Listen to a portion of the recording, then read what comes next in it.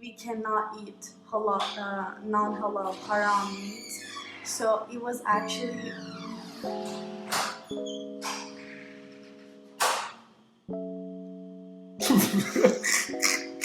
That loud ass.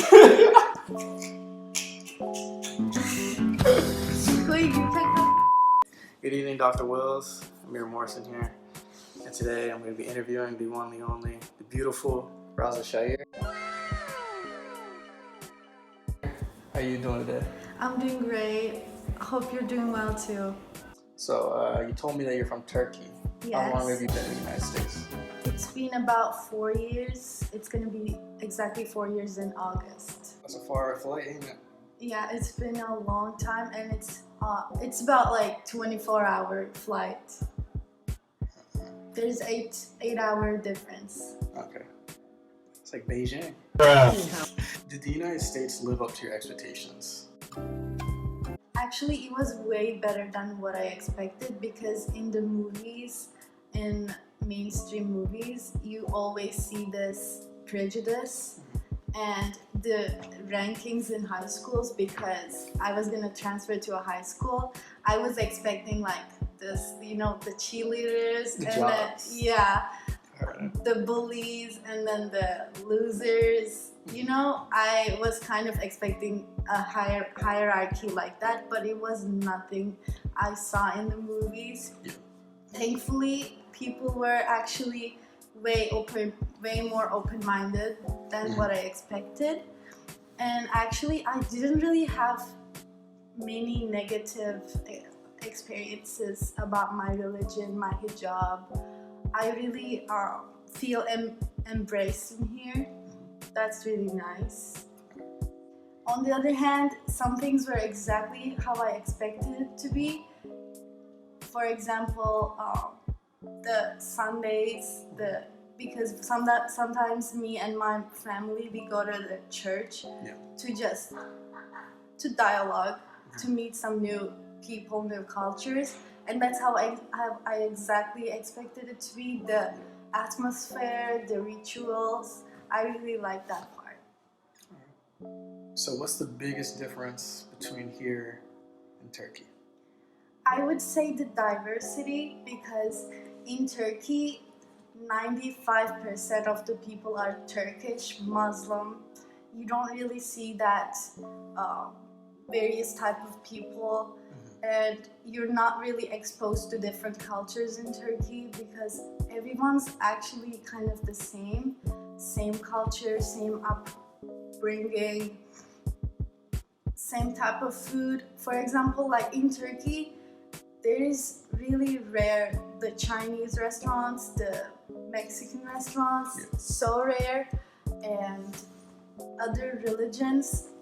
People are not used to seeing new religions, new types of people, so it's kind of hard to... So there's less prejudice, but less diversity.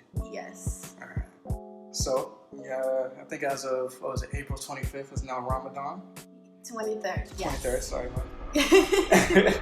So, what's the biggest difference here and Turkey for Ramadan? In Turkey, it feels different. When you're in a Muslim country, it definitely feels different, because you're in a crowd of Muslim people, and in here you don't hear the azan from the mosque. It's 5 times a day. Every time when there's a prayer time, you hear the azan.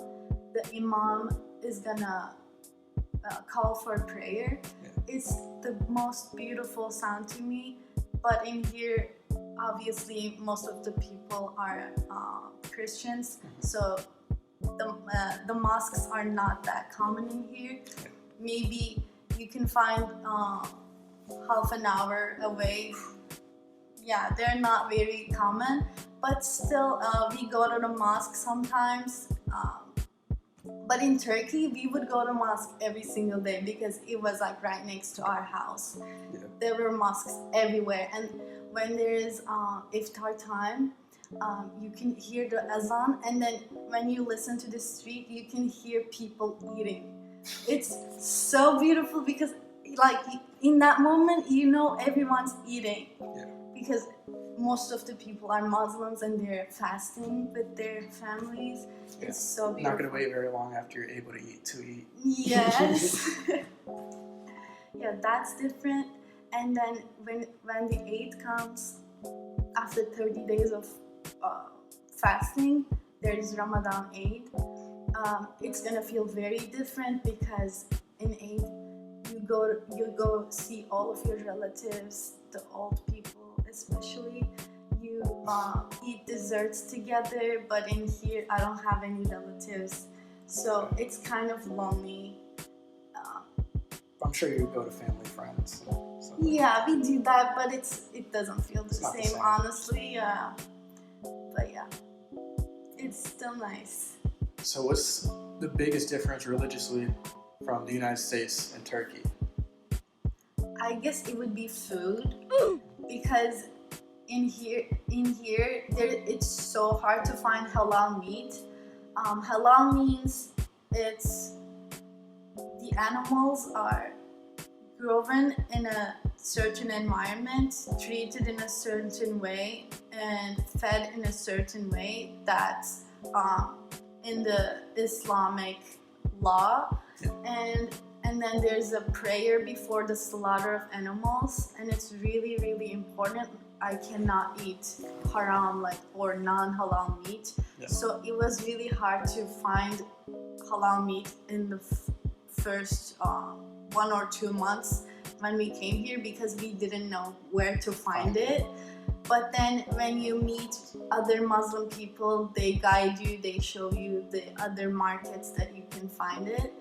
And it's still so hard for me to eat out, because literally nowhere has it. The Burger King or other fast food chains, they all obviously don't have halal meat. But then I eat seafood or vegetarian food. Thankfully, vegetarian options are more Prominent? it's Available? more available, because there are more vegetarian people here than in Turkey. So I'm kind of trying to balance that out. But I really miss eating out. But yes, it must be annoying, you're like, oh, I want to go get some McDonald's or Burger King. Yeah, it's really convenient, Yeah. That would be the hardest part, I guess.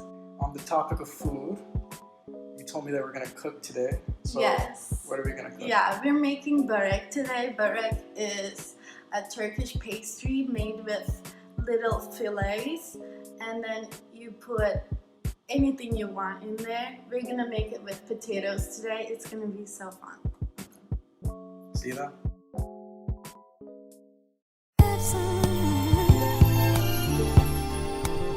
Let me write you a love song.